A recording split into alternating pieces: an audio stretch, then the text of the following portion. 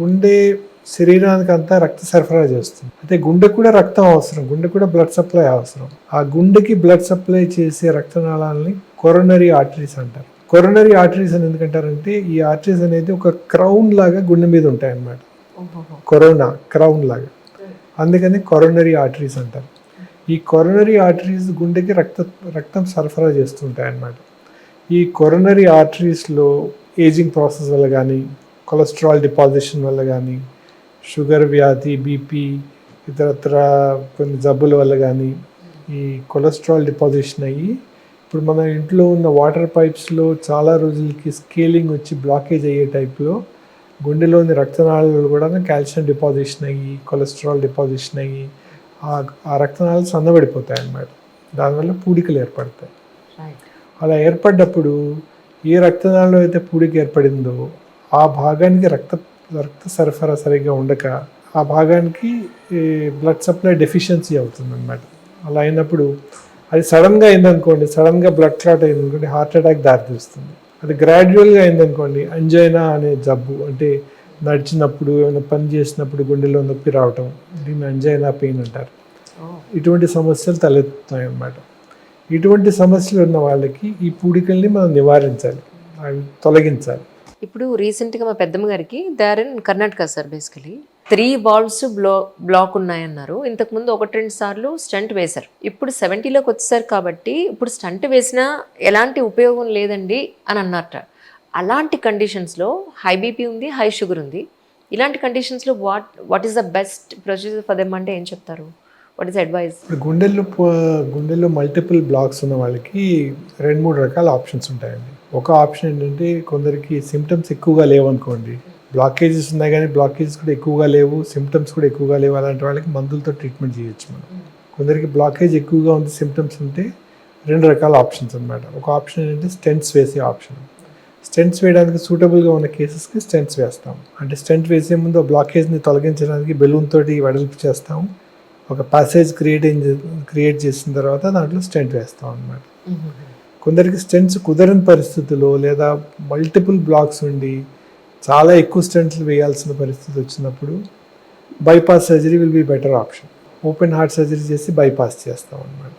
బైపాస్లో ఏం చేస్తామంటే బ్లాకేజ్ అలాగే ఉంటుంది, వేరే ప్యాసేజ్, ఒక బైపాస్ ఆప్షన్ క్రియేట్ చేస్తాం అన్నమాట. చేతి దగ్గర నుంచి కానీ, గుండెలో చెస్ట్ వాల్ లోపల నుంచి కానీ, కాళ్ళ దగ్గర నుంచి ఉన్న వెయిన్ కానీ తీసి ఒక బైపాస్, వేరే ఒక కాండ్యూట్ క్రియేట్ చేస్తాం, వేరే ఒక ప్యాసేజ్ క్రియేట్ చేస్తాం అన్నమాట. దాన్ని బైపాస్ సర్జరీ అంటారు. సో ఈ మూడిట్లో ఏదో ఒక ఆప్షన్ కుదురుతుంది. సో జనరల్గా ఇప్పుడు ఉన్న మోడర్న్ అడ్వాన్స్మెంట్ టెక్నాలజీ ప్రకారం అయితే స్టెంట్స్ వేయడం కుదరదు, బైపాస్ కుదరదు అనే పరిస్థితి చాలా అరుదుగా చూస్తాం. ఎందుకంటే మన దగ్గర latest balloons, latest stents, latest technology ఏదైతే మనకి అందుబాటులో ఉందో దాంతో మనం 95% రోగులకి అన్ని రకాల బ్లాక్స్కి మనం ట్రీట్మెంట్ చేయగలుగుతాం అన్నమాట.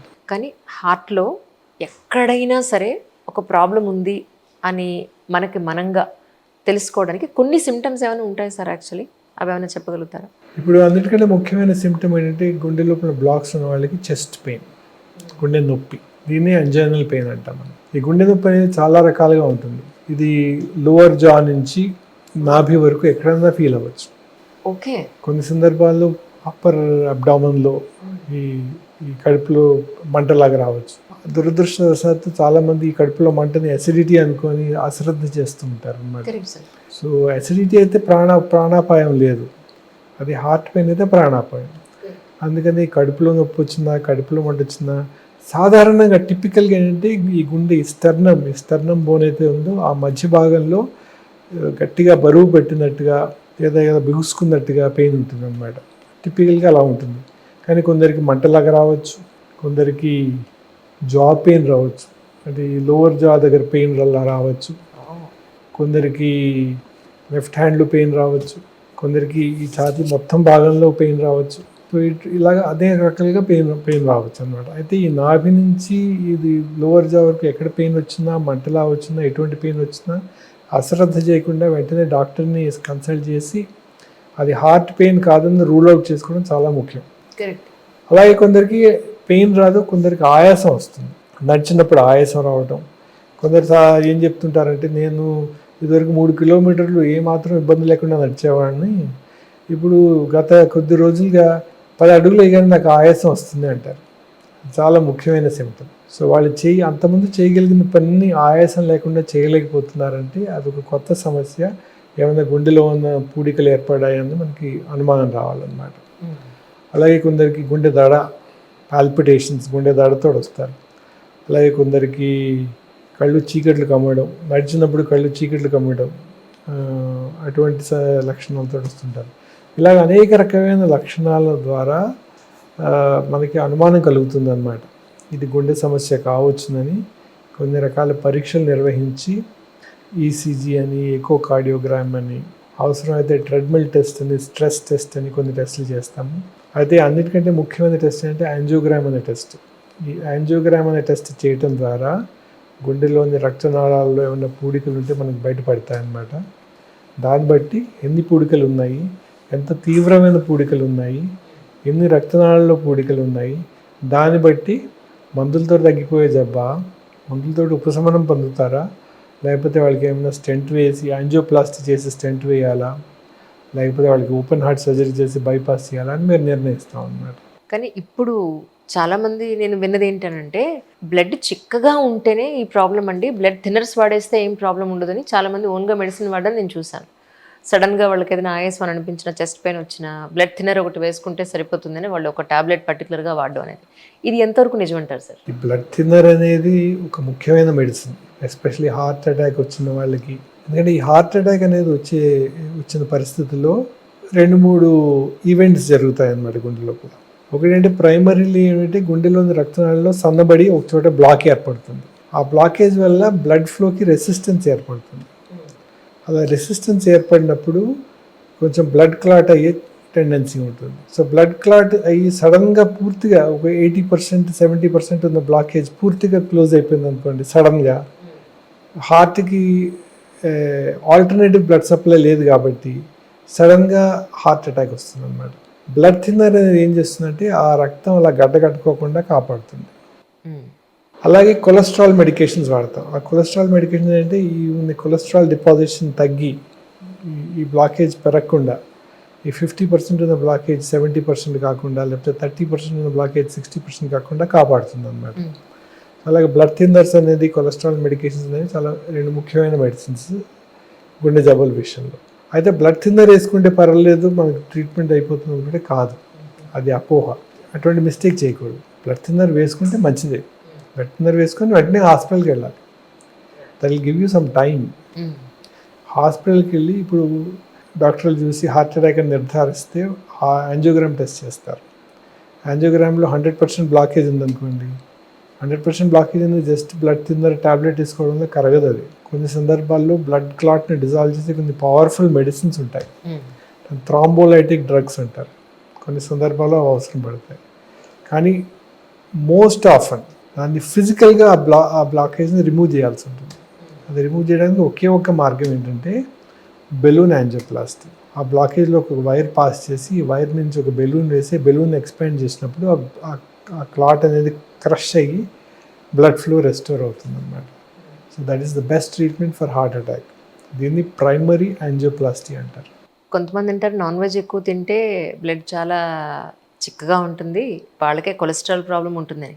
బట్ నేను చూసిన వాళ్ళలో ప్యూర్ వెజిటేరియన్స్లో కూడా ఈ ప్రాబ్లం నేను చూశాను. So what you say sir exactly? Yes, that's a very interesting question. చాలామంది అంటారు అతను నాన్ వెజిటేరియన్, నేను జీవితాంతం వెజిటేరియన్, నాకు ఎట్లా వచ్చింది హార్ట్ అటాక్, ఆయనకి రాలేదు అనుకుంటారు. హార్ట్ అటాక్ అయితే ఏమిటి, గుండె జబ్బులు అనేది మల్టీ ఫ్యాక్టోరియల్ డిసీజెస్ అన్నమాట. మల్టిపుల్ ఫ్యాక్టర్స్ వల్ల వస్తాయి అన్నమాట. ముఖ్యమైన ఫ్యాక్టర్ దాంట్లో కొన్ని మాడిఫైబుల్ ఫ్యాక్టర్స్ ఉన్నాయి, కొన్ని నాన్ మాడిఫైబుల్ ఫ్యాక్టర్స్ ఉన్నాయి. ఇప్పుడు ఒకటి నాన్ మాడిఫైబుల్ ఫ్యాక్టర్స్లో ఏంటంటే జెనెటిక్స్. కొందరికి జెనెటిక్గా ఈ గుండె జబ్బులు వచ్చే టెండెన్సీ ఉంటుంది. కరెక్ట్. వాళ్ళ పేరెంట్స్లో ఎవరికి కానీ, వాళ్ళ మేనమామల్లో కానీ, మేనత్తలో కానీ, బ్రదర్స్లోని, కజిన్స్లో కానీ 50 years 40 years చిన్న వయసులో హార్ట్ అటాక్ వచ్చుంటే వీళ్ళకి కూడా చిన్న వయసులో హార్ట్ అటాక్ వచ్చే రిస్క్ ఎక్కువగా ఉంటుంది. అలాగే ఇండియన్ రేస్లో అమెరికన్స్తో కంపేర్ చేసుకుంటే ఇండియన్స్లో 10 రెట్లు ఎక్కువ రిస్క్ ఉంటుంది హార్ట్ అటాక్ రావడానికి. జపనీస్ తో కంపేర్ చేసుకుంటే ఇండియన్స్కి 40 టైమ్స్ ఎక్కువ రిస్క్ ఉంటుంది హార్ట్ అటాక్ రావడానికి. Oh my God. An Indian has a 40 times higher risk of getting a heart disease than a Japanese. So genetic being Indian is a risk factor. ఎందుకని sir? What is the reason? And our genes, something to do with our genes.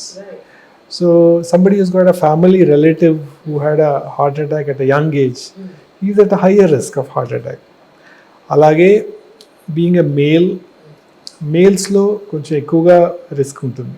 Females వాళ్ళకి monthly cycles జరుగుతున్నంత వరకు వాళ్ళకి కొంచెం protection ఉంటుంది. Once females menopause attain చేసిన తర్వాత వాళ్ళ risk almost becomes equal to male. So being a male having a relative heart attack, చిన్న వయసులో హార్ట్ అటాక్ వచ్చిన రిలేటివ్ ఉంటే ఇండియన్ అయితే ఆటోమేటిక్గా your risk is higher. So genetic factor ఒకటి, ఏజ్ ఒకటి. మన వయసు పెరుగుతున్న కొద్దీ గుండె జబ్బులు వచ్చే రిస్క్ పెరుగుతుంది. So age and genetics we cannot change our parents, correct, we cannot change our genes. So that risk factor will be there. వీటిని non modifiable risk factor. Modifiable risk factor అంటే what we do to our body. So that diet you eat, non veg అనేది కాదు, what is the composition of the diet. ఒక decade క్రితం మనం ఏమనుకునే వాళ్ళం, కేవలం fats ఎక్కువ తింటేనే గుండె జబ్బులు వచ్చే రిస్క్ ఉంటుంది, అందుకని ఫ్యాట్స్ ఎక్కువ తినకండి, కార్బోహైడ్రేట్స్ తినండి అని అనేవాళ్ళు. ఇప్పుడు మన అండర్స్టాండింగ్ హెస్ ఇంప్రూవ్డ్. ఇప్పుడు మన డైట్లో కార్బోహైడ్రేట్స్ ఎక్కువగా ఉంటే మనకి గుండె జబ్బులు వచ్చే రిస్క్ ఎక్కువ అని మనకు తెలిసింది. అంటే more than 40% of our calories carbohydrates ద్వారా వస్తాయి. మనకి గుండె జబ్బులు వచ్చే రిస్క్ ఎక్కువగా ఉంటుంది. అందుకని balance diet should have carbohydrates not exceeding 40%. అంటే 40% మన ఒక 2000 క్యాలరీస్ కావాలనుకోండి, ఓన్లీ 800 క్యాలరీస్ కార్బోహైడ్రేట్స్ రూపంలో రావాలి పర్ డే. మిగతాది ప్రోటీన్స్, హై ప్రోటీన్స్. ఆ ప్రోటీన్స్లో కూడాను vegetable based proteins are better than animal based proteins. Right. So a diet which is rich in plant-based products, it is proven to be beneficial for heart. So vegetarians are being a vegetarian is more helpful for heart than being a non-vegetarian. Right. So but you have to make sure that carbohydrates ఎక్కువ, నేను vegetarian కాబట్టి నేను 1 kilo అన్నం తింటాను అంటే కుదరదు. So carbohydrates తగ్గించాలి, కూరగాయలు ఎక్కువ తినాలి, గ్రీన్స్ ఎక్కువ తినాలి, మాంసకృతులు ఎక్కువగా తీసుకోవాలి, కార్బోహైడ్రేట్స్, రిఫైన్డ్ షుగర్స్ తగ్గించాలి. So composition of diet is important. More than వెజిటేరియనా నాన్ వెజిటేరియనా అనే దానికంటే ఒక బ్యాలెన్స్ డైట్, కార్బోహైడ్రేట్స్ లిమిటెడ్గా, కొంచెం ఫ్యాట్స్ తిన్న పర్వాలేదు కానీ ప్రోటీన్స్ ఎక్కువగా ఉండే డైట్ తీసుకుంటే, ఒక మెడిటరేనియన్ డైట్ అని ఒకటి ఉంటుంది. అంటే మెడిటరేనియన్ దేశాల్లో వాళ్ళు తీసుకునే డైట్ అన్నమాట. ప్రపంచంలో ఉన్న డైట్స్ అన్నిటిలోకి most healthy diet Mediterranean diet అని తీర్మానించారు సైంటిస్టులు. సో మెడిటరేనియన్ డైట్లో ఏమిటి speciality? Nothing much, it is quite similar to Indian diet. Lot of nuts, legumes అంటే పప్పు దినుసులు, diet rich in legumes, lean fish ఉండొచ్చు, డైరీ, మిల్క్ ప్రోడక్ట్స్. సో మెయిన్గా ఇటువంటి ప్లాంట్ బేస్డ్ ప్రోడక్ట్స్ ఎక్కువగా ఉండే డైట్ ఉంటే అది చాలా హెల్ప్ఫుల్ అనేసి, గుండె జబ్బుల నివారణలో అది చాలా హెల్ప్ఫుల్ అనేసి నిర్ధారించారన్నమాట. ఇప్పుడు ప్రపంచంలో బ్లూ జోన్స్ అని ఐడెంటిఫై చేశారు. ఓకే.